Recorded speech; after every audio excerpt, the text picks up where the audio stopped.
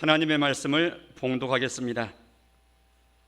신약성경 고린도후서 제5장 15절로 17절 말씀입니다. 그가 모든 사람을 대신하여 죽으심은 살아있는 자들로 하여금 다시는 그들 자신을 위하여 살지 않고 오직 그들을 대신하여 죽었다가 다시 살아나신 이를 위하여 살게 하려 하심이라. 그러므로 우리가 이제부터는 어떤 사람도 육신을 따라 알지 아니하노라. 비록 우리가 그리스도도 육신을 따라 알았으나 이제부터는 그같이 알지 아니하노라. 그런즉 누구든지 그리스도 안에 있으면 새로운 피조물이라. 이전 것은 지나갔으니 보라 새 것이 되었도다. 지난 시간, 그 다음에 그 앞 시간, 오늘 무관하지 않고 쭉 지금 연결되어 있는 그런 내용입니다.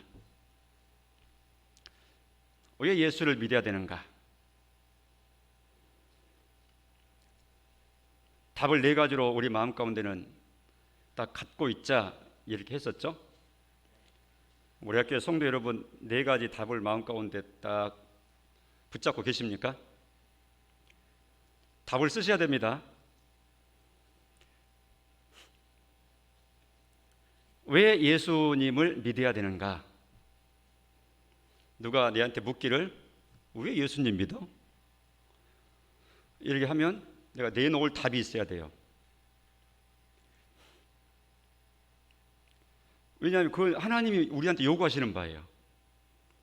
대답할 것을 마음 가운데 잘 준비하고 있다가 온유함으로 준비하고 차곡차곡 준비하고 있다가 묻는 자들, 궁금해하는 자들, 찾는 자들에게, 구도자들한테 잘 소개하고 알려줘라. 이렇게 하라 그랬어요. 그게 성숙한 성도들의 신앙생활 하는 중에 갖춰야 될 내용들입니다. 나만 혼자 이렇게 왔다 갔다 예배당 치료하면서 혼자 신앙생활 하면 되지, 나만 잘하면 되지, 이렇게 하는 정도로 우리는 만족할 수 없는 사람입니다. 물론 이제 연세가 많으시고 쉽게 잊어버리시고 그런 모든 어르신들한테 제가 강요하는 건 아닙니다. 마음 가운데 잘 마음 가운데 품을 수 있는 분들은 최선을 다해서 품으셔야 돼요. 그리고 이거는 이제 앞으로 지금 현재 자녀를 양육하고 계시는 분들, 그리고 또 앞으로 출산해서 자녀를 양육해야 될 분들, 앞으로 시집가고 장가가서 부모 역할을 해야 될 분들 마음 가운데 잘 차곡차곡 준비하셔야 되고, 그럼 나는 이제 우리 자녀들은 다 태어나고 이제 다 떠나버렸고 독립해버렸으니까 뭐 나는 시간이 다 지났네. 그렇지 않습니다. 우리에겐 또 누가 있다 그랬죠? 손자, 손녀가 있잖아요. 손자, 손녀가 또 있잖아요. 그들은 할아버지, 할머니한테 기어오릅니다. 근데 할아버지, 할머니가 인기 있는 법이 있어요. 그건 뭐냐? 원래 할아버지, 할머니들은 인기가 많아요. 엄마, 아빠보다. 내 자식 아니니까 싫은 말은 엄마, 아빠가 하면 되고 할아버지, 할머니들은 칭찬만 하면 되거든요. 그리고 그놈들 사랑스러우니까 내가 즐기기만 하면 되거든요. 그러니까 저도 행복하고 나도 행복하고. 할아버지와 손자, 손녀 사이는 좋은 거예요. 대개는 우리가 막 이렇게 1차 부모처럼 할 필요가 없으니까. 그리고 거기다가 간간히 이제 용돈 한 번씩 주면은 금상첨화입니다. 그럼 애들이 돈 맛을 알기 때문에 어려서부터 애들도 경제를 배워야 되잖아요. 이 나쁜 뜻으로가 아니라 어려서부터 애들도 돈 관리하는 법을 알고 또 돈도 이렇게 잘 소비할 줄도 알고 한 지혜가 있어야 되거든요. 애들 오면은 이제 이렇게 한 번씩 기회 되는 대로 또 격려하고. 왜 그러게 하느냐 할 때 기본적으로 혈육에 사랑하는 대상이 그러게 당연히 해야 되고요.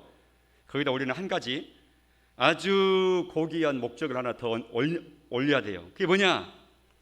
그것이 바로 내가 믿음의 조상으로서 네가 나의 후손 중에 한 사람으로 지금 자리매김 됐는데 내가 너한테 선한 영향력을 끼쳐야지. 하나님이 너에게 나를 통해서 주실 복도 있으실 터인데 내가 너에게 복된 조상으로 있다가 가야지. 너와 함께 겹쳐있는 인생 기간 동안 반드시 너에게 복되게 해야 되지. 그 중에 실력 있는 할아버지 할머니들이 딱 되셔가지고, 야 갑돌아, 예수님을 왜 믿어야 된다고 생각을 하니? 하고 언젠가는 한번 얘기를 해야 돼요. 진지하게. 그래야 신앙의 계대가 잘 이렇게 이어달리기를 하게 되는 것입니다. 하나님이 그렇게 하도록 하셨어요. 그렇게 잘하는 것이, 또 잘할 준비를 하는 것이 하나님 앞에 영광되는, 기쁨되는 내용입니다. 다시 돌아와서 왜 예수님을 믿어야 되는가? 4가지. 물론 10가지로도 나눠서 얘기할 수 있고 1가지로도 얘기할 수 있어요, 줄여서. 그러나 적당하게 서로 이해가 될 만큼 이 정도는 해야 적절하지 싶어서 제가 4가지로 꾸린 겁니다. 첫째는 뭐였습니까? 왜 예수님 믿어야 되는가? 첫째는 다 죽기 때문에. 죽음 문제를 얘기할 때는 한 명도 예외가 없어요. 안 죽을 사람 없잖아요. 거기에 동의하지 않는 사람 없잖아요. 다 죽을 사람이니까 예수 믿어요. 나도 그럼 죽을 사람인데. 안 죽을 사람 믿을 필요 없어요. 죽기 때문에 믿어야 된다 그 말은, 죽기 때문이다 그 말은 2글자로 말하면 죄인이라는 말이라 그랬어요. 죄인이니까 믿어야 돼요. 죄인입니다 먼저 말하면요, 내가 무슨 죄를 졌냐, 죄했으면 경찰 불러라, 뭐 이렇게 할 수도 있잖아요, 상식적으로. 죄인인 강력한 증거, 그것은 죄의 싹은 죽음이다, 사망이다. 당신 죽지 않느냐, 너도 죽는다, 나도 죽고. 죽는다 하는 것은 죄인이라는 뜻이야, 강력한 뜻이야. 그러니까 예수 믿어야 돼. 죄 있으니까, 죄이니까, 죽으니까. 이 가장 첫 번째 이유예요. 두 번째로는 심판이 있기 때문에 믿어야 된대요. 죽으면 없어지고 무로 돌아가지고 사라져버리는 게 아니라 죽은 후에는 반드시 심판이 있다. 그러니까 예수 믿어야 된대요. 심판의 결과는 지옥이다. 죄인이 심판받고 나면 지옥으로 고정된다. 이게 영원한 멸망이고 영원한 고난이다. 그러니까 예수 믿어야 된다. 하나님의 말씀입니다. 세 번째, 왜 예수 믿어야 되는가? 이런 죄인으로서 죄의 문제, 심판받는 지옥의 문제, 어디 가서 해결을 받느냐? 해결할 비책이 뭐냐? 없다. 딱 한 가지 길만 있다. 하나님이 준비하신 길이다. 그게 바로 해결자가 예수님이시다. 하나님이 그 답으로 예수님을 우리한테 주셨다. 그러니까 예수 믿어야 된다. 세 번째 답입니다. 왜 믿어야 되는가? 그래서 그 예수님을 부르는 별칭이 여러 가지가 있는데, 바로 이 부분에 있어서 예수님에 대한 별칭은 받아서 합니다. 구주. 요새 말로 하면 구조대원이라 그 말입니다. 구조대원, 특별 구조대원, 실력 있는 구조대원이 와가지고 딱 건져내주는 거예요. 우리 대한민국의 119는 물에서 건져내고 불에서 건져내고 붕괴사고에서 건져내고 이렇게 응급조치하지만, 예수님이라고 하는 이 구조대원, 특수 구조대원은 죄에서 건지신 분이에요. 아주 특별한 구조대원이에요. 저희 죄에서 구원할 자이다. 그래서 구주, 그 구조대원, 구주 역할을 할 존재가 딱 한 분, 하나님이 내신 유일한 한 분, 예수님이다. 그러니까 예수 믿어야 된대. 왜 당신들은 꼭 예수만 이러냐? 종교 간의 갈등을 조장을 하고 다 화목하면서 화해하면서 너희도 구원의 길이 있다, 너희도 좋다, 다 좋다 서로 상대방을 인정하면서 이렇게 가는 것이 좋은 것이지, 왜 꼭 너희만 믿어야 되냐? 그 고집 아니냐? 독선 아니냐? 이기주의 아니냐? 진리는 타협이 없습니다. 한 가지만 진리일 뿐이지, 이것도 진리고 저것도 진리, 그런 거 없는 거예요. 그냥 고집스러워서 이렇게 주장하는 게 아니고, 앞뒤가 꽉꽉 막혀서 융통성이 없어서 그렇게 주장하는 것이 아니라, 그 길만 유일한 길임을 확신할수록 그렇게 전하는 거예요.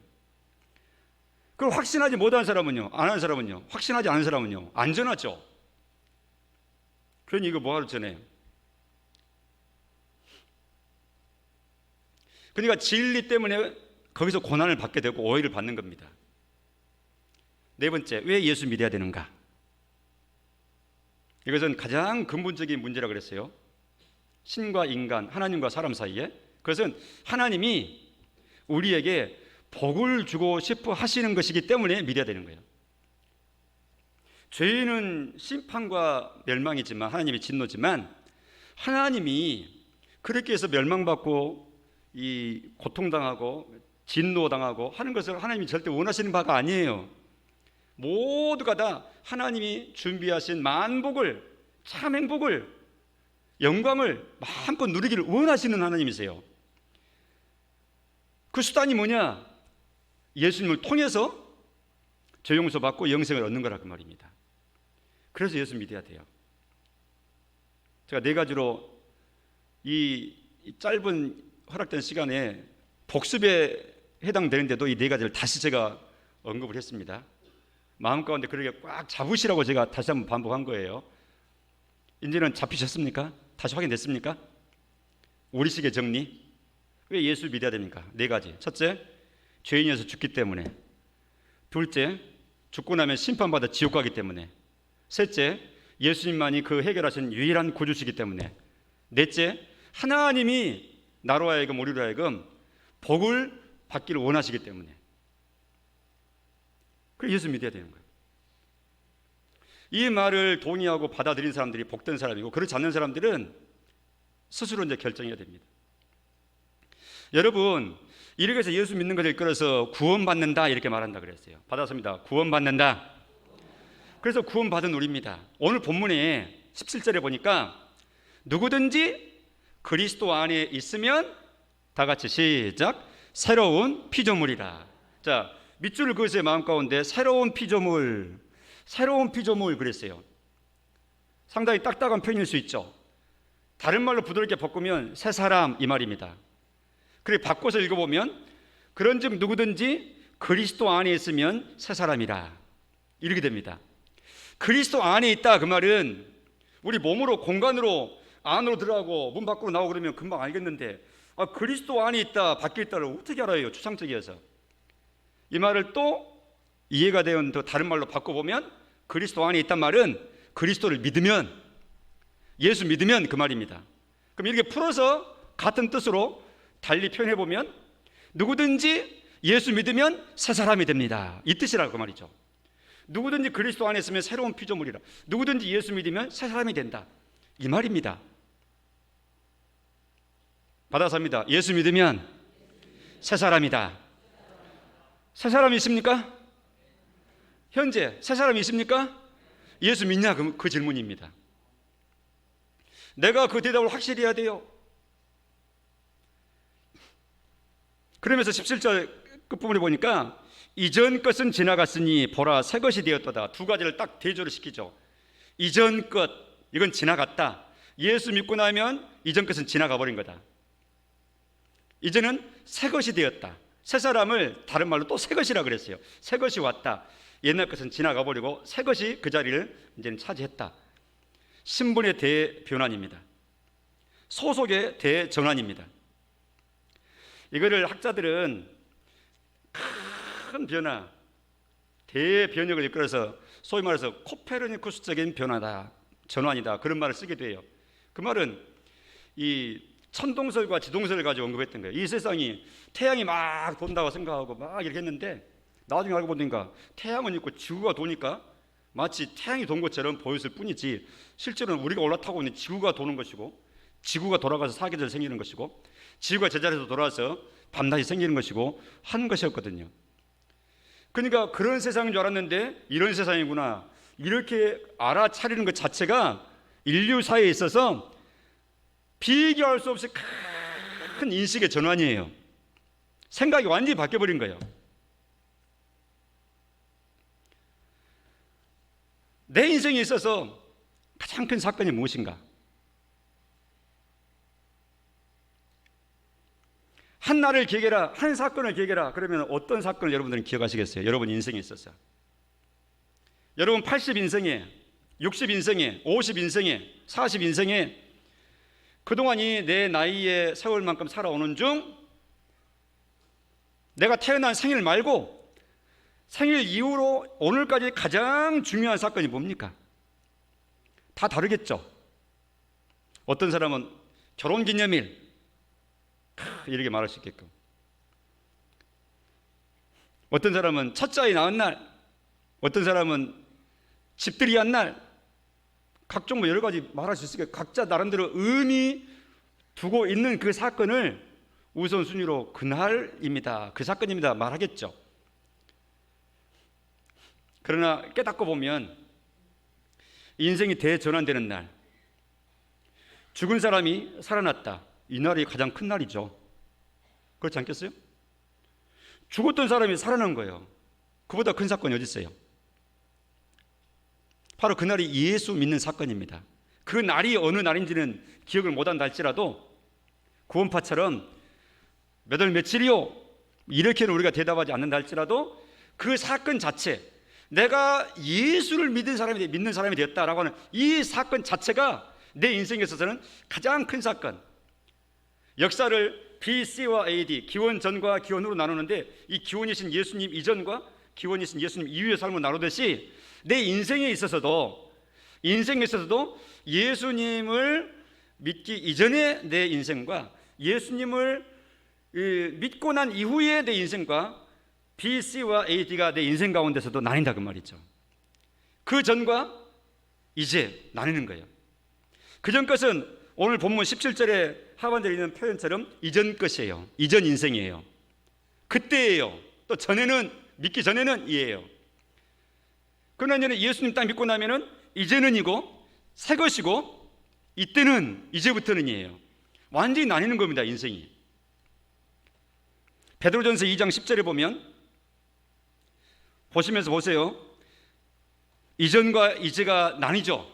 같이 읽어보면서 한번 구분해 보시겠습니까? 시작. 너희가 전에는 백성이 아니다. 이 전에는 무슨 전일까요?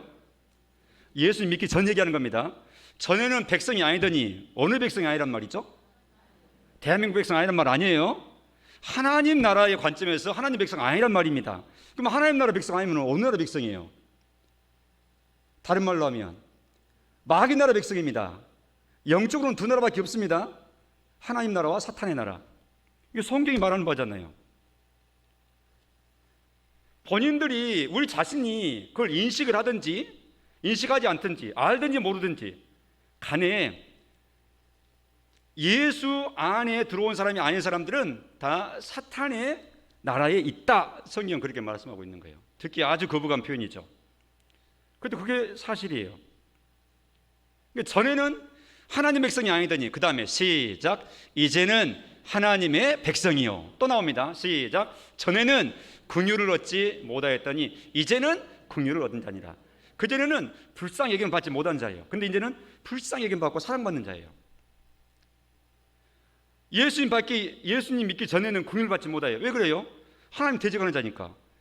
그 하나님의 진노의 대상이지 긍휼의 대상이 아닙니다. 그렇게 바뀌는 거예요. 완전히 신분 자체가 체크하다 바뀌어버려요. 180도. 베드로전서 2장 25절에 시작. 너희가 전에는 양과 같이 어쨌다고요? 그 전에, 예수 믿기 전에는 길 잃어버린 인생이에요.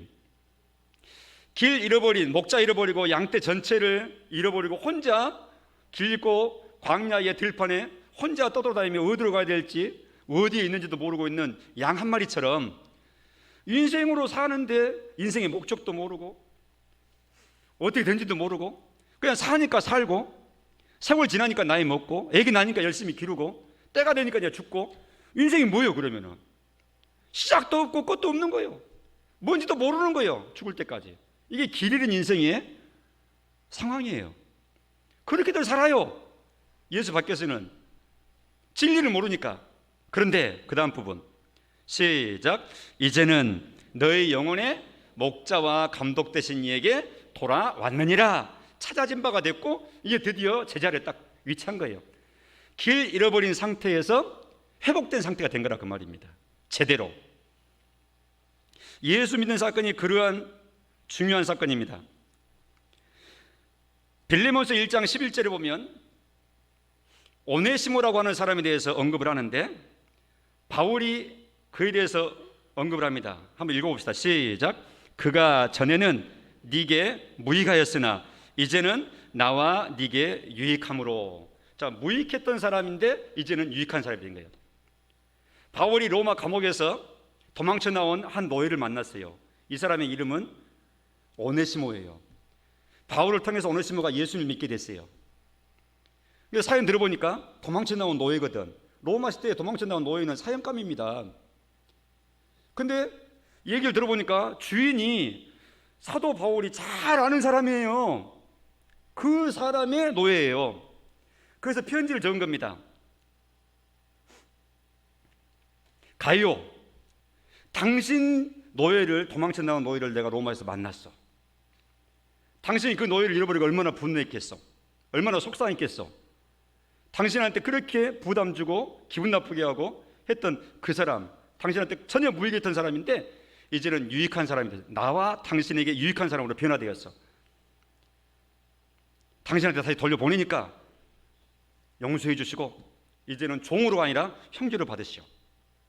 완전히 신분이 변화되는 거예요. 도망쳐 나온 사형감 될 오네시모 종이 완전 예수님 안에서 새로운 관계 때문에 관계도 새로워지고 속sam도 새로워지고, 예수님이 나를 하나님 관점에서 볼 때 무익한 인생이었던 나를 아주 가치 있는 인생으로 바꾸신다, 그 말이죠. 이렇게 의미 있는 대사건이 이 세상에서 어디가 있습니까? 이 세상에서 자격증 몇 개 따면 더 유익한 인생이 됩니까? 물론 그 부분에서 그럴 수 있지만 하나님의 관점에서 보면 그건 세 발의 피죠. 에베소서 5장 8절에 또 같이 읽어봅니다. 시작. 너희가 전에는 이제는 주 안에서, 자, 어두움과 빛이라고 아예 그냥 대조를 시켜놓고 있어요. 예수 믿기 전에는 어둠이라 그 말입니다. 왜 어둠입니까? 어둠이 이 의미하는 바가 뭐겠어요? 캄캄함이고 덧없는 겁니다. 확실한 게 없어요. 어둠이에요. 깜깜해요. 인생의 목적도 깜깜하고 어디서 와서 어디로 가는지도 모르고, 이렇게 왜 사는지도 모르고 가치도 못 찾고. 그런데 이제는 그리스도 안에서 빛이 되었다. 밝게 빛난 거예요. 살아야 될 이유가 분명해지는 거예요. 돈을 벌어야 될 이유도 분명하고, 자녀를 열심히 길러야 될 이유도 분명하고, 시집가고 장가가야 될 이유도 분명하고, 내가 땀 흘려야 될 이유도 분명하고, 살아야 될 목적도 분명하고, 심지어는 이렇게 열심히 살다가 죽을 때가 되면 내가 과감히 내 생명을, 인생을 집어 던져서 그 목적 때문에 내가 죽지, 죽을 이유까지 분명한 거예요. 이게 빛입니다. 예수님 안에서 그렇게 완전히 달라진다 그 말이죠. 에베소서 2장 1절 이하에 보니까 그는 허물과 죄로 죽었던 너희를 살리셨도다. 이 한 절만 보더라도 예수 이전과 예수 이후가 딱 대조가 되죠. 이전에는요, 예수님 믿기 전에는 허물과 죄로 어쨌든 우리예요? 죽었다 그 말이죠. 허물과 죄로 죽었다 그 말은 원죄와 자범죄로 영혼이 하나님께로부터 완전히 단절되어 있는 상태를 두고 하는 말이에요. 영적인 죽음을 두고 하는 말입니다. 그런데 예수 믿고 속사람이 새롭게 거듭나서 살아났다 그 말이죠. 그 허물과 죄로 죽었던 상태를 보십시오. 2절에 시작. 그때 너희는 그 가운데서 행하여, 즉 죽은 상태에서 살아가면서, 시작, 이 세상 풍조를 따르고, 세상 유행 따라 산다 그 말입니다. 세상 유행 따라 사는 것이 죽은 사람의 특징이에요. 영적으로 죽은 사람. 그 다음에 또 시작. 공중의 권세 잡은 자를 따랐으니. 공중 권세 잡은 따랐다니요. 공중 권세 잡은 자가 누구냐? 대통령이냐? 장관이냐? 그거 아니고 해석해 주잖아요. 그 다음에 곧, 시작, 지금 불순종의 아들들 가운데서 역사하는 뭐라고요? 영이라고요. 불순종의 사람들 가운데, 불신자들의 마음 가운데서 일하는 영이 있다. 이게 뭘까요? 사탄을 두고 하는 말입니다. 그러니까 사단이 우리 인생들을 휘어잡는 그 방법이 있어요. 그 중에 한 가지는 이 세상 유행에 따라 살아가도록 하는 거예요. 문화의 흐름 따라서 살게 만드는 거예요. 기준 없이. 그러니까 기준 없을수록 그 시대에 따라서 상황에 맞춰서 살아갑니다. 다른 사람이 보기에 아름답게 보이고 다 인정하고 멋지다 하고 생각하는 그것 따라 살아가는 거예요. 그러나 하나님의 사람들은 그렇게 살지 않습니다. 그것이 이 시대의 흐름이 하나님의 관점에서 볼 때도 아름다운 것도 있어요. 그것은 아무 문제가 없어요. 그런데 항상 하나님 나라와 이 시대의 유행이 똑같은 건 아니에요. 예를 들면 성소수자에 대한 문제, 성소수자에 대한 문제 보세요. 이 세상은 자꾸 이제 다 인정하자, 각자 행복 추구하는 방법이 다르니까 동성애자는 동성애 방법대로 하면 되는 것이고, 또 다른 취향을 가지고 있으면 다른 취향 각자 하면 되는 것이고, 꼭 한 남자와 한 여자, 남녀의 관계로만, 이성으로만 부부가 되고 이성으로만 사랑을 나눈다고 그렇게 고전적인 방법, 오래된 방법으로만 제한할 필요 없다. 다양하게 인정해야지 하는 시대로 자꾸 갑니다. 그것이 세상의 흐름이라고요. 그럼 그 세대에 따라 가야 되겠습니까? 그럴 수는 없는 거죠. 거기 갈등이 있을 수밖에 없는 거예요. 우리는 이 세상 따라가지 않습니다. 근데 예수 밖에 있을 때는 그렇다 그 말이죠. 3절에도 같이 읽어요. 시작. 전에는 우리도 다 그 가운데서 우리 육체의 욕심을 따라 지내며, 뭘 따라 지냈다고요? 우리 몸의 욕심 따라 살아가는 거예요. 이게 예수님 밖에 있었던 시대의 모든 사람의 문제입니다. 모든 사람의 모습입니다. 본 모습입니다. 다 자기의 소원과 자기 욕심대로 살아갑니다. 내가 쾌락스럽고 내가 즐거운 것이 항상 진리예요. 모든 사람 앞에는. 그것 따라 사는 거예요. 그 다음에 계속 시작. 육체와 마음에 원하는 것을 하여 다른 이들과 같이 본질상 진노의 자녀였더니. 정말 이 가슴 아픈 표현이 나옵니다. 본질상 진노의 자녀. 본질상 진노의 자녀. 진노의 자녀라는 말은 진노 받을 사람이다 그 말이죠. 하나님의 진노를 받을 종자다, 자녀다, 그런 족속이다, 그런 사람이다 그 뜻입니다. 본질상 하나님의 진노를 받기로 아예 작정이 돼 있는 그런 사람의 길을 걸어갔던 것이 그 전에 지나간 이전 것에, 예수 믿기 이전 것에, 예수 밖에 있었던 때의 모습이다 그 말이죠.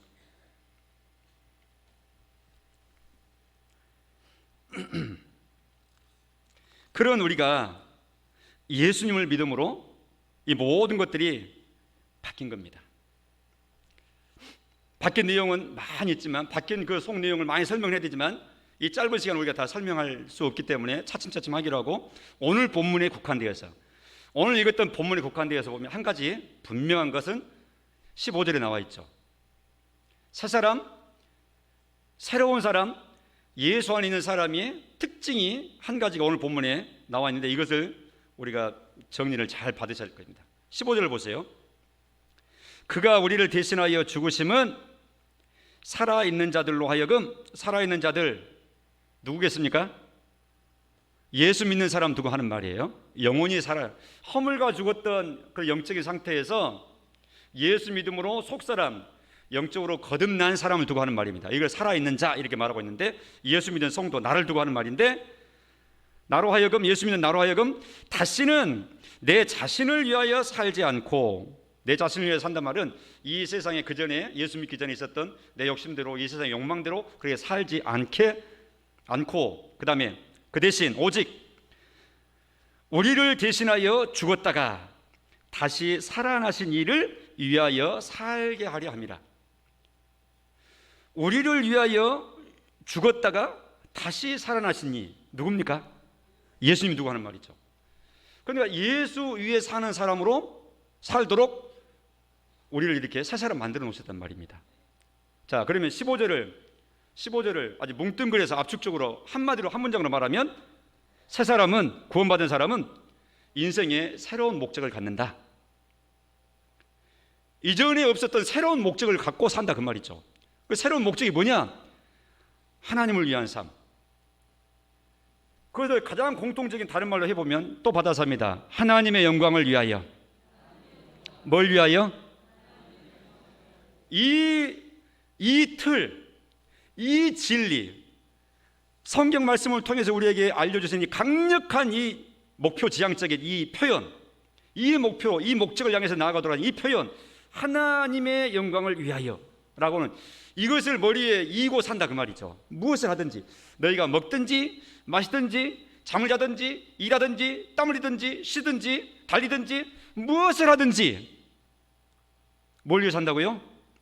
다 하나님의 영광을 위하여 하라 하는 이 말씀 가운데서 거기에 의미의 줄을 딱 맞춰놓고 그거 관계돼서 열심히 해야 된다 그 말이죠.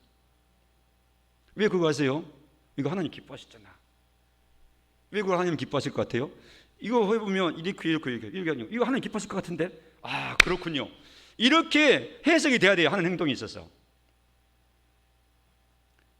하나님의 영광을 위하여 하니까 그냥 추상적으로 붕 띄워놓고 내가 살고 있는 삶의 현장, 손과 발에는 아무 연결이 안 되면은 말로는 하나님의 영광이라고 하지만 내 삶이 어떻게 하나님의 영광이 된지를 모르게 되면 안 된다 그 말이죠.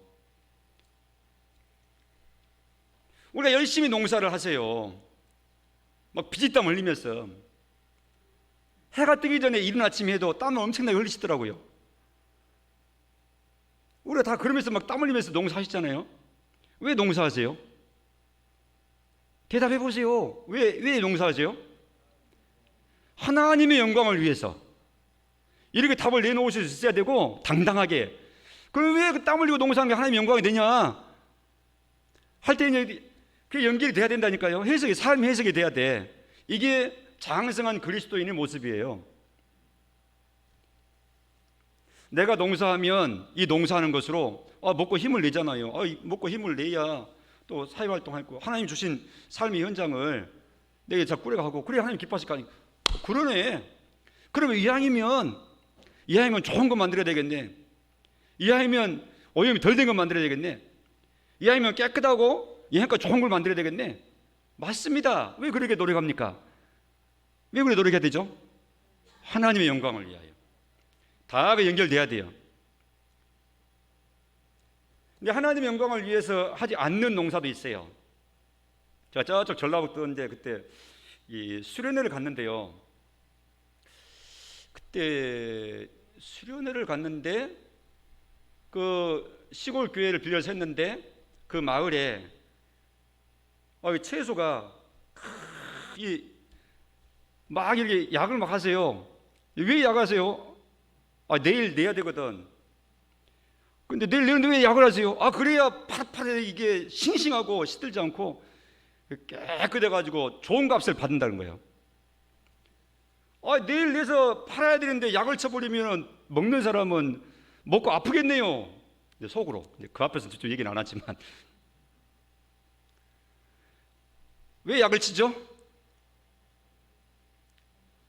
그분이 왜 약을 쳐요? 내일 낼 건데. 대답해 보세요. 왜 약을 쳐요? 에? 돈 많이 벌려고, 좋은 값 받으려고. 이건 하나님의 영광을 위하여라고 말하려고 보니까 그건 아닌 것 같아. 그거는. 그럼 그 다음부터는 이제 안 해야지 이제. 그분이 계속 하시겠지만 내가 농사를 한다 그러면 이득 많이 못 보죠. 예를 들면 할 얘기가 많습니다만 이 시간 다 못하니까 일단 문제 제기만 합니다. 하나님의 영광을 위해서 한다는 것이 무엇인지 깊이 생각해야 돼요. 그렇게 되면 삶이 아주 구체화가 됩니다. 신앙이 추상적이지 않고 말잔치로 끝나지 아니하고 아주 신앙생활이 내 삶 자체가 신앙 고백적인 삶이 되게 돼 있는 겁니다. 그래야 제대로 돌아가는 겁니다. 로마서 14장 8, 9절 그 유명한 구절 같이 읽습니다. 앞에 보시고 시작. 우리가 살아도 주를 위하여 살고 죽어도 주를 위하여 죽나니 그러므로 사나 죽으나 우리가 주의 것이로다. 9절 시작. 이를 위하여 그리스도께서 죽었다가 다시 살아나셨으니 곧 죽은 자와 산 자의 주가 되려 하심이라. 그리스도께서 죽었다가 다시 살아나시고 우리 구주가 되신 이유는 이것을 위해서 그랬대. 이것을 위한 건 뭡니까? 8절의 그 내용. 살아도 주를 위하여 죽어도 주를 위하여 사는 그런 사람으로 살아가는 사람 만들기 위해서 우리 주님께서 십자가 지시고 부활하시고 우리 구주 되셨다 그 말이죠. 그 결과로 우리가 구원 받았으면 우리를 그 의도 가지고 구원하셨으니까 그 의도에 맞추어서 살아가도록 최선을 다하는 것이죠. 빌립보서 1장 20절 21절 사도 바울의 고백입니다. 시작. 나의 간절한 기대와 소망을 따라 아무 일에든지 부끄러워하지 아니하고 지금도 전과 같이 온전히 담대해요. 그 다음 부분 시작. 살든지 죽든지 내 몸에서 그리스도가 존귀하게 되게 하려 하나니. 21절. 이는 내게 사는 것이 그리스도니 무엇도 유익하다? 그렇게 살다가 죽는다 할지라도 그것은 크게 유익한 것이다. 그러니까 살아야 될 이유가 하나님의 영광, 예수님을 위한 것이고, 내가 죽을 이유가 있다. 난 이제 죽습니다. 왜 죽어? 주님을 위해서 죽을 겁니다. 그 진리 따라서 죽을 겁니다. 하는 것도 주님을 위해서, 하나님 나라를 위해서, 예수님을 위해서, 하나님의 명예를 위해서, 복음의 확장을 위해서 뚜렷하죠. 그래서 예수님은 산상설교 마태복음 6장 33절에서 그 유명한 최우선순위를 지정해 주신 겁니다. 너희는 먼저 그의 나라와 의를 구하라. 우리가 구할 것이 얼마나 많습니까? 먹을 것도 구해야 되고, 입을 것도 구해야 되고, 대출받은 것도 갚아야 되고, 돈도 벌어야 되고, 자녀의 앞날도 연구해야 되고, 할 일이 얼마나 많습니까? 투자도 해야 되고, 연구도 해야 되고, 건강관리도 해야 되고, 할 일 많습니다. 어차피 24시간이고 1년입니다. 내 살아가는 것은 시간 딱 정해졌는데 할 일은 많아요. 그러면 지혜로운 사람은 무슨 일부터 하겠어요? 우선순위를. 그게 바로 가장 가치 있는 일에 우선순위를 두고 시간 계획을 하는 것이 가장 지혜 아니겠습니까? 그런데 무슨 일 하든지 주님이 하시는 말씀 그거예요. 먼저, 이게 우선순위를 두고 하는 말이거든요.